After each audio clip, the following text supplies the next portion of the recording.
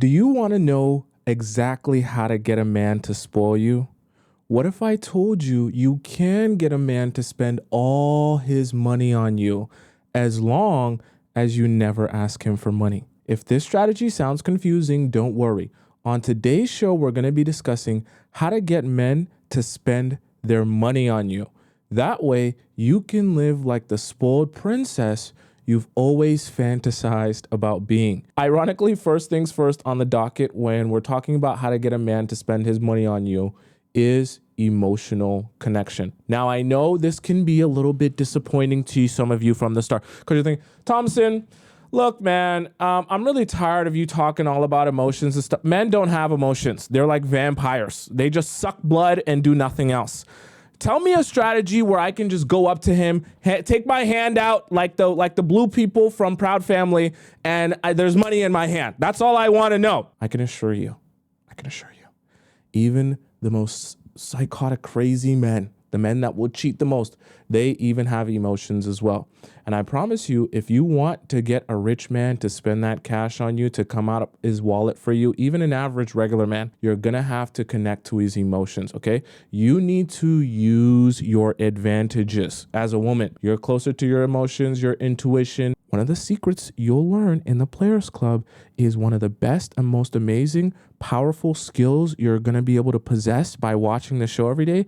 You'll be able to understand how men work and understand how to plant seeds inside their mind so that they sprout out of those seeds these amazing trees of inspiration and ideas and opinion and perspective that they think is genuine and authentic to them. But we're not going to talk about this. It's actually strategically planted within them by you. You need to understand what you're doing here is you're trying to figure out how this guy ticks so that you can work him and massage him in the way that works for him. That way, when he does spend his money on you, he feels like it's an authentic feeling of inspiration that he wanted to do for you. There's nothing worse than asking a man or begging him for money, and by the time he gives it to you, he doesn't even feel like you care about him or you're grateful for it or appreciative for it or anything. The best way to receive money from a man is to make him feel like he gave that to you because that's what he wanted to do. You need to start building an emotional connection with him by asking him about him. But let's get specific here about the type of questions you're going to be asking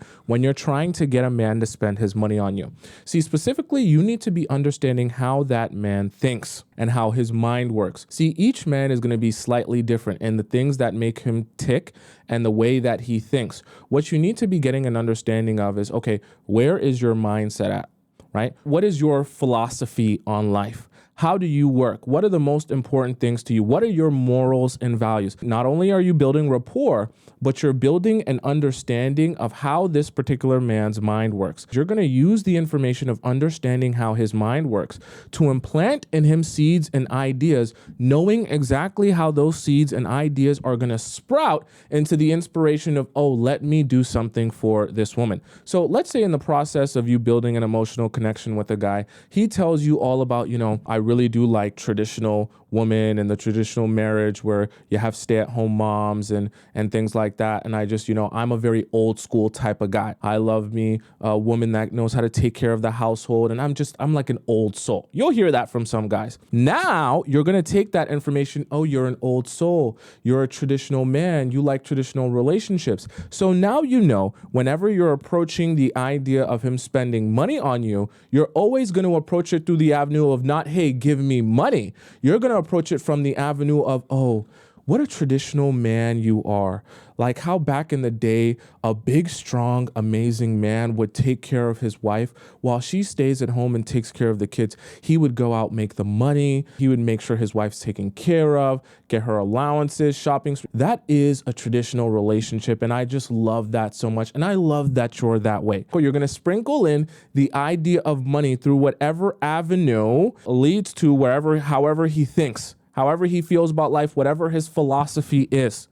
That's how you're going to funnel the idea of him spending his money on you. So if he tells you he's an old soul, perfect. You're going to use the concept of being an old soul on how he's going to spend his money on you. You connect with him, your philosophy, right?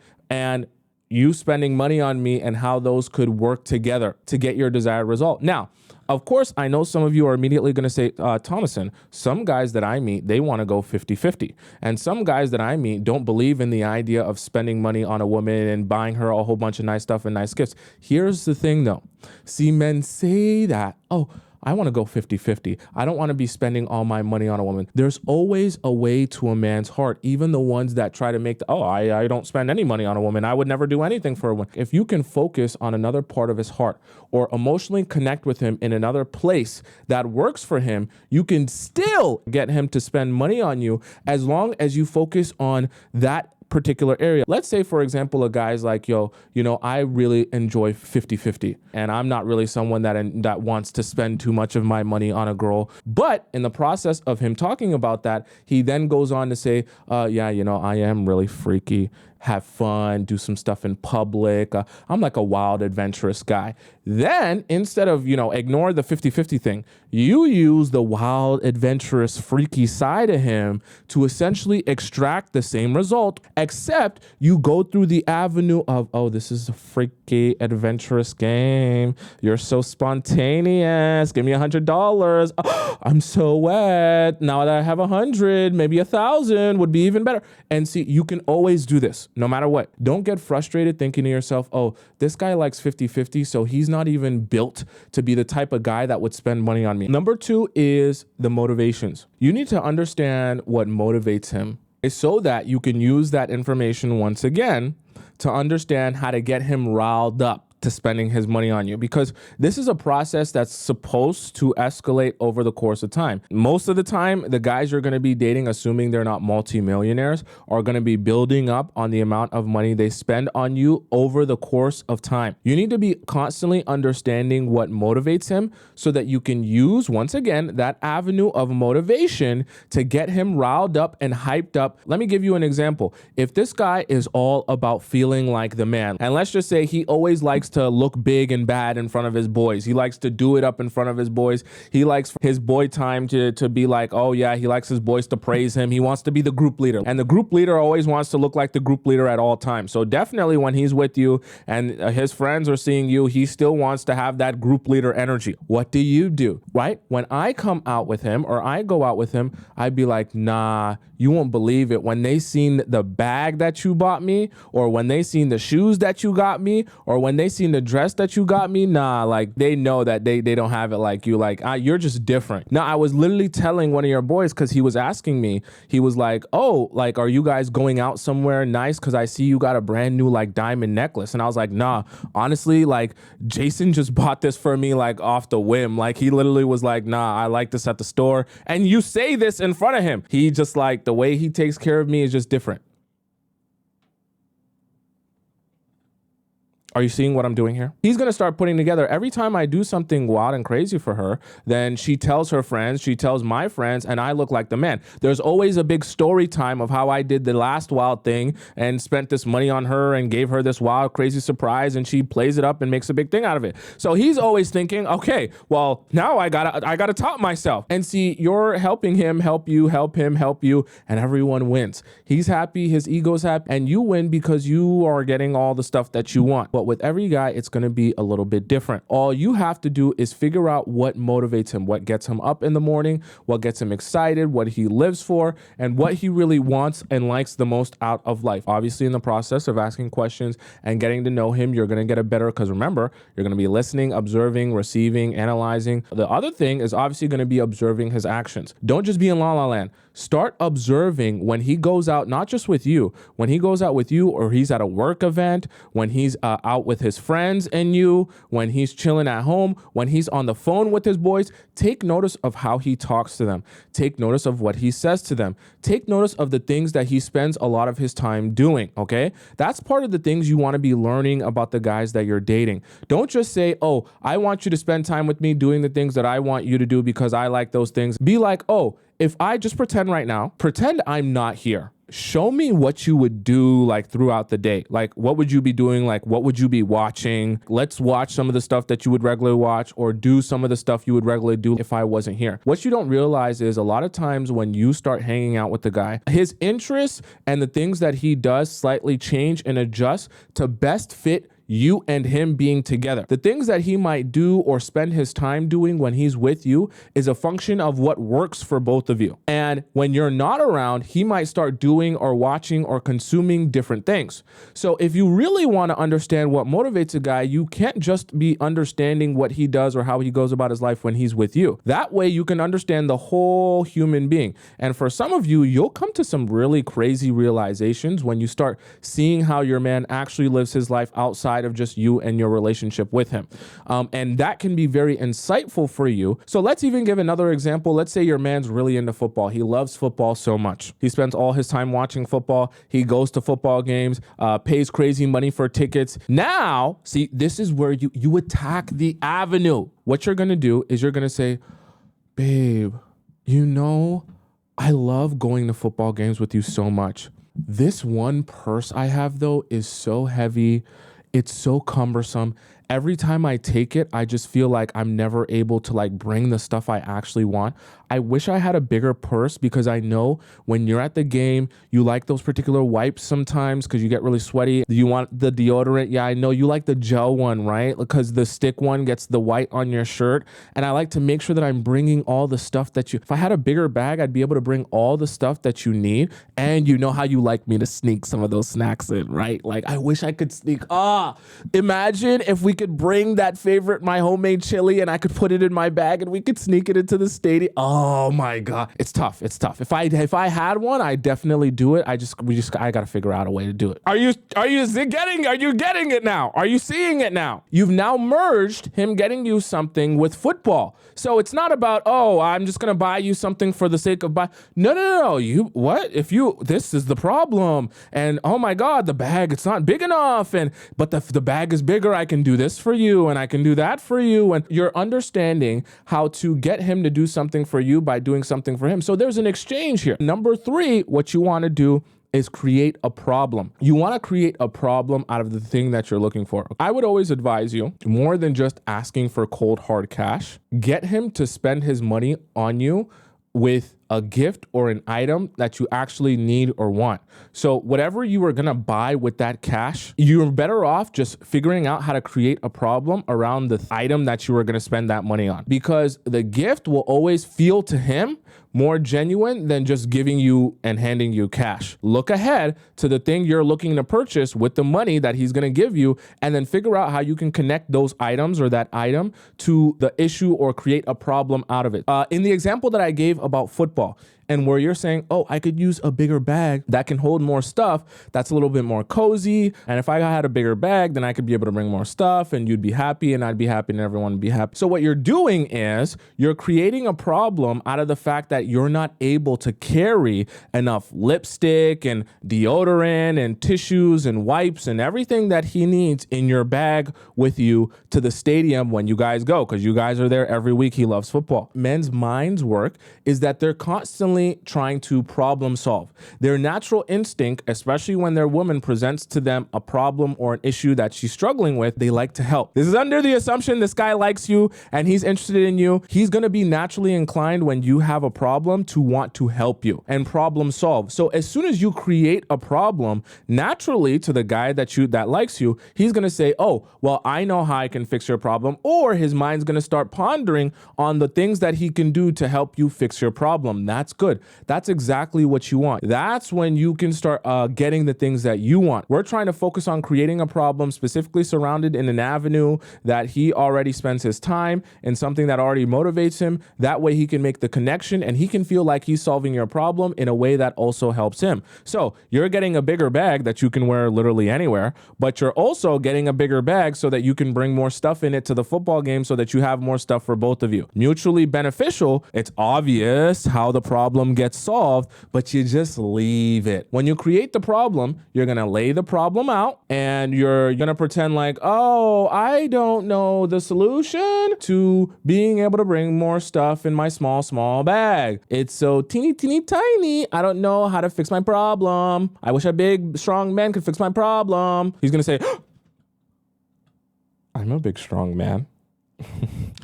I'm smart and capable, you know, I'm a big dog. I've got a solution for you, girl. You wouldn't have even guessed this. How about I buy you a bigger bag?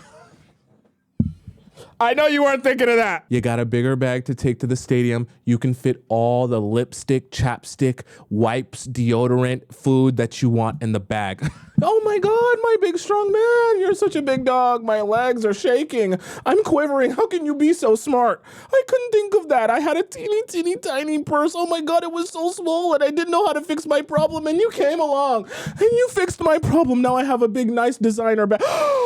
What would I do without you? You just have to understand how to massage it. You create that problem, pretend like you don't know how to solve it, pretend like you don't know what the solution is, let him ponder on the solution. Him fixing your problem is obviously going to be relative to how much money he actually has available. And then you're going to show him the appreciation for it and it'll all be good. Sometimes you have to understand to get what you want, you got to give him something in return. So you're giving him some of that emotional energy and appreciation. It'll make him feel like a big, strong man when he does something for you, but you're happy also. Everyone wins.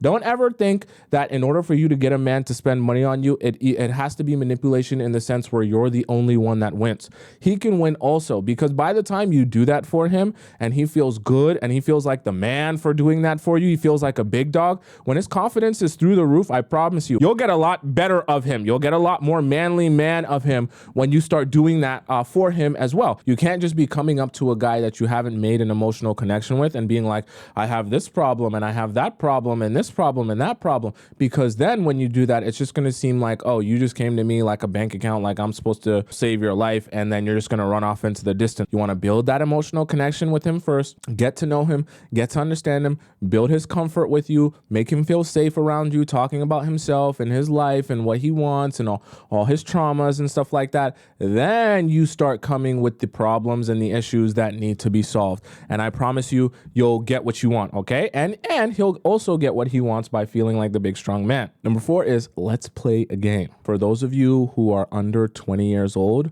please exit the chat, okay? This is not for you. I don't want you thinking about this. I don't want to be responsible about your mind going here. For the rest of you who are 20 years old and older, this is something really interesting that you can do for guys, even the guys who are like, oh, this is 50-50. You can make your problem a KINKS, or it's KINK in this case. What I mean by that is you can turn it into a game where it's like, when you do this thing for me, the things that it does to me, I don't even know if I'm going to be able to control myself around you. Because when you treat me like that, and I get a big, strong man in my life like this that can take care of me so well, it just does something for me. Listen to me very carefully. I'm not saying that anytime a guy buys you something, your mind should be automatically thinking about how to reward him with pineapples, with sex. What I'm saying is make it a game where it's like, oh, don't do that. Because when you do that, you do something to me. You don't have to promise him I'm going to sleep with you. You don't need to do that. You don't need to make promises. You just make it seem, you just need to make the connection that, oh, don't be a big, strong man like that, because that's going to do something to me. And I don't know how I'm going to feel about that after you do that. You can even play it up in a way where you're using reverse psychology. But no, don't spend that $2,000. If you buy me that dress, listen, I don't want to, we're in the store and I don't want to do anything crazy to you in the store. We're in a public place. You know I'm a lady. I don't like to act a fool up in the store and up in public. Don't buy me that dress. we're going to have a problem. You can use a lot of reverse psychology. You're going to be like, oh, you thought we had a problem before. Wait till you see how, I'm about to spet. What you want? You want the red one or the blue one? I like you in red. I might even get the nude one too. Nah, I'm getting all 3. I'm getting you trying to play with me. You think it's a game. The cash app in your account right now. How about that? You can make it a game, right? And you can make it a fun game, and you can make it a fun little thing. There's nothing wrong with having a little fun. Remember, like I said, of course the show is titled How to Get Men to Spend Their Money on You, but you don't have to think that everything has to be like, oh, I get something and he gets nothing. The experience of him spending his money on you can be something that's fun for both of you, because you have to realize by the time you actually do these things right, you make it a game, you make it fun, you make it adventurous, and you make him feel appreciated like the man for spending his money on you, he's actually going to enjoy the concept and enjoy the experience of spending his money on you. It's not like he spends his money on you and he's left like in the desert with a dry mouth, white on his lips, like, oh my God, I have nothing now since I spent all my money. No, he spends his money and he feels good about it. He feels happy about it, and he feels like the man because of it. And you do all this stuff to make him feel like the man. He gets you something, you feel happy, he feels happy because he feels like the man, and everyone's happy. Okay, you're strategic foreplay, and you're doing it for a reason to try to help him connect the idea of you guys being fun and spontaneous and having your little KINKS's and your little fun in a way that also benefits you because you get something for it in return. Play into like your energy, okay? Your sexy energy. Now, you have to be confident in yourself to be able to do this, but play into your sexy energy, you know? Give him some of that, you know, mistress energy. Ooh, you want to spend your money on me? You know, figure out how to touch him in the right places and whisper it to him. Like, make it something fun. And number 5, emotional reward. So you have to make sure that there's an appropriate amount of appreciation. So you know how you like aftercare whenever you and a guy get down and dirty and you like him just to feel loved and cherished still, especially after he calls you names and slaps you in the face and does all the stuff that you're into. That emotional reward afterwards for the men is like aftercare. You want to make sure that he constantly leaves with the impression that, hey, I feel good about spending my money on you. You don't just want him to spend his money on you and the last impression he has after spending his money on you is, I feel not loved, I feel taken advantage of, I feel manipulated, and I feel like that's all she wanted from me because I don't get that same love or care after I spend that money on her. It's so important to make sure that that is the lasting impression you make him feel after he spends money on you. That way, this process is going to repeat itself all over again throughout the course of your relationship. So you want to make sure that he's always associating the last thought that he has with a good positive feeling and emotion. So let's say in the example that I gave with the bag and the lipstick that he gets for you because, you know, you guys go to football games and you need something bigger to bring to the football game so you can fit all the stuff that you need. He gets you the bag. You guys go to that first game. I still want you to come back, and after the whole experience is over, at the end of the night, I want you to sit him down. I want you to tell him, look, I appreciate you so much for getting me this bag. I know for you, it's probably not a big deal. You just get me stuff just because you're that guy. And so I know it doesn't seem like a huge deal to you, but I really appreciate it. And I appreciate how you take care of me. And you're always looking out for my best interest and trying to put your best foot forward in our relationship. So when he lays his head down on that pillow, he's thinking about everything that transpired. Oh, damn, I did spend $1,000 on that bag for Christina. But, you know, she made me feel so good about it. And she's so happy. And we have such a great relationship. And she appreciates it so much. And she said I take such good care of her, and I do try my best. And the last thing he remembers just before he drifts off into sleep is what an amazing experience it was doing something nice for her. So then he wakes up the next morning, and then he can do it all over again.